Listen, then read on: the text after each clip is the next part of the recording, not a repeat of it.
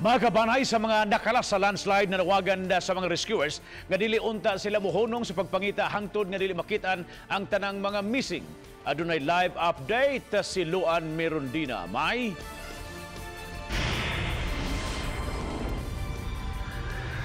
Bob human gi-shift na ngadto sa search and retrieval gikan sa search and rescue operations pipila sa mga kabanay sa biktima sa landslide malaumon nga unta makit-an ang mga patayng lawas sa ilang mga mahal sa kinabuhi.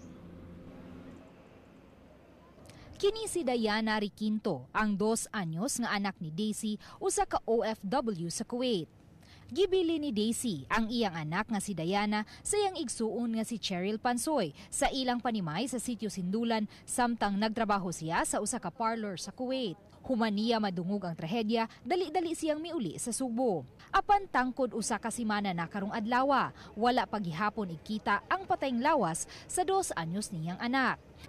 Aminado si Daisy nga lisod nang makit-an pangbuhi ang iyang anak tungod kay daw duha ka lubi ang gitas-on sa anapog nga mitabon sa ilang panimay. Dito ko sa site ni Hangyo ko ba kung anak pakita na yung taon ako no to kanang pagingon na pagtawag na ako sa iyang panganang katong yuta sa akong atubangan na tumpag. Malaumon lang siya nga unta dili mohunong ang mga rescuers sa pagpangita sa iyang anak. Sama kang Daisy, nadawat na usab sa pamilya ni Francisco Yapak, nga wala na ang ilang mga kabanay. Si Francisco, uban ang 11 ka mga sakop sa iyang pamilya, lakip sa nakalas at sa landslide. Nakuha na ang patayng lawas nila ni Francisco sa iyang asawa ug sa iyang mga anak. Apan missing pa hangtod karon ang iyang 3 ka mga apo. Dugay-dugay na mo, di na gimi maka-expect nga buhi pa. Sa ang wa na to nakuha duha no sa ilan ni Boy. Wanya usa ikato si Alfie. Paano jimi nagtuo nga buhi pa sila kay ang kauban na patay man. Samtang gisaad ni Mayor Christine Vanessa Chong nga magpadayon ng search and retrieval aron usab mahupay ang gibati sa mga kabanay. Dili na nato mawa nila no if ako sad kung naa ako sa ilang lugar padayon man gyud ato ang hope nga naa gyud unta. That is why although ni shift nata sa search and retrieval, we will continue no. So and then we will reassess day by day.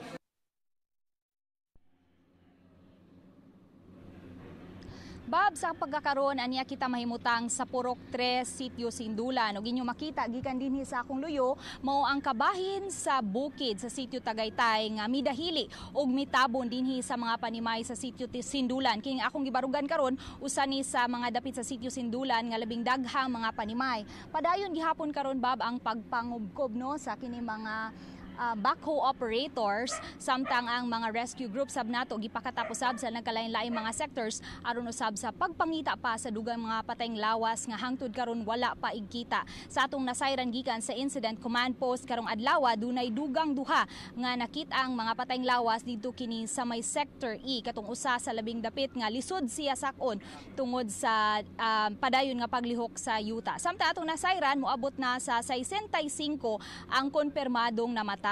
20 paghihapon ang missing, dunay 18 ka mga injured ug dunay 23 ka mga body parts nga padayon pa karong giproseso pinaagi sa abag sa DVI NBI. Ug so far ba mo nang latest nga atong nahipos live gikan mismo diri sa Ground Zero sa sitio Sindulan, Naga City. Bob? may out of curiosity ba kini bang giingong nga missing no? Kinsa may naghatag aning doon na mag specific number nga 20 kapin etc. Doon na bagyo'y complete assessment, especially sa ubang mga areas, not only sa Sindulan. I understand, og moingon sa tribunalo, das is 80 hectares nga na massive landslide. Doon na pa ubang mga areas ditong posibleng apektado. Doon na ba'y nagpadayon dito o kumbaga na saturate na ba ang area as far as search and retrieval operation is concerned? Matod ni Baltasar Tribunalo Bob no nga nasubay na gyud nila ang mga areas nga mga dapit nga naigo gyud sa landslide o katong mga figures nga ilang gibasihan base usab kini sa ihap sa mga BHW sa barangay. Apan lagi padayon ang validation ana pinaagi sa abag sa DSWD ilabi na kay naay mga pangan nga mugpupariha unya managlahi ang apelyido unya the same ra daini sila nga mga tawo so kana matag karon unya murag plus minus ang gidaghanon sa mga missing.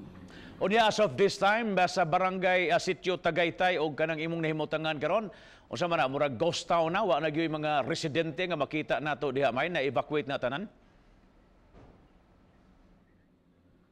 Nabakwit na sila, Bob, pero matag karon og unya may mga residente dire nga gitugutan gihapon no nga makasulod pinaagi usab syempre escortan sila sa kining mga uniform personnel dire aron pagkuha sa ilang mga butang nga nahabilin pa sa ilang mga panimay. Gi-schedule no na, Bob, anya dili tanan no makadungan-dungan. So wa na gyud nagpuyo na alay pwedeng makasud ilabi na katong mukuha gyud og mga importanteng butang. Thanks so much, May, sa imong live update.